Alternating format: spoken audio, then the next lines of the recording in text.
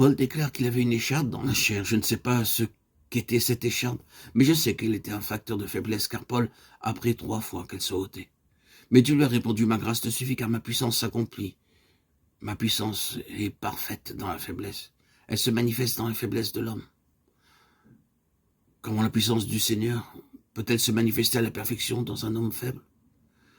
C'est cela le christianisme. Le christianisme, ce n'est pas l'absence de faiblesse, ni seulement la manifestation de la puissance divine. C'est la manifestation de la puissance divine dans la faiblesse humaine. Le christianisme ne fait pas de nous des êtres angéliques, mais des êtres humains dans lesquels la faiblesse n'empêche pas la puissance divine de se manifester. Illustrons cela par un exemple. Il y a un certain temps, j'ai été très sérieusement malade. Au cours des 2 premiers mois, j'ai passé 3 radiographies et à chaque fois, le diagnostic était très grave. J'ai prié, j'ai cru. J'avais espéré que Dieu me guérirait de ma maladie, mais quoiqu'à plusieurs reprises, j'ai pu faire l'expérience de la réalité de sa puissance, la racine du mal demeurait, rendant possible une rechute. J'étais alors très troublé. Pourquoi la manifestation de sa puissance n'est-elle accordée qu'épisodiquement? Un jour, alors que je lisais la Bible, je suis parvenu à la 2e épître aux Corinthiens, à l'endroit où Paul déclare avoir prié Dieu 3 fois d'enlever cette écharde. Dieu ne l'a pas fait, mais il a dit, ma grâce est suffisante pour toi. La puissance de Dieu se manifeste dans la faiblesse de l'homme. À cause de cette écharde, une plus grande mesure de grâce lui avait été accordée. Comme la faiblesse subsistait, la grâce a été ajoutée. J'ai compris alors, c'est cela le christianisme. J'ai prié pour que le Seigneur m'éclaire pleinement, et la pensée d'une embarcation ne pouvant traverser la rivière à cause d'un écueil s'est présentée à moi.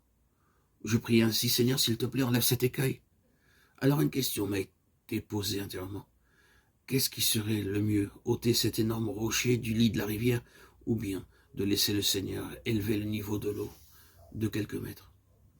J'ai répondu, il serait préférable que le niveau de l'eau soit plus haut. Depuis ce jour, beaucoup de mes difficultés se sont dissipées.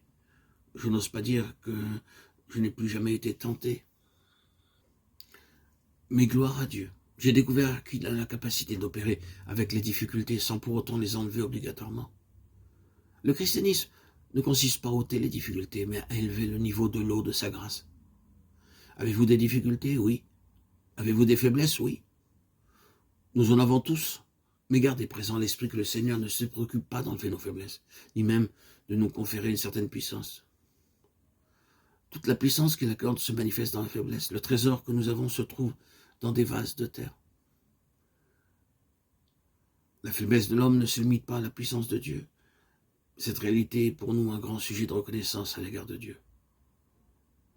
Nous sommes prompts à penser que là où il y a des larmes, il ne peut y avoir de louange que quand se manifeste la faiblesse.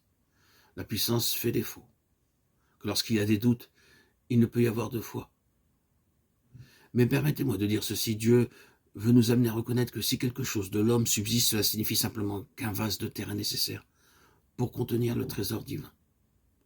Par conséquent, lorsque nous sommes conscients que nous faiblissons intérieurement, nous ne laissons pas la porte ouverte à la dépression, mais au Seigneur. Et le trésor brillera d'autant mieux que son écrin est un vase de terre.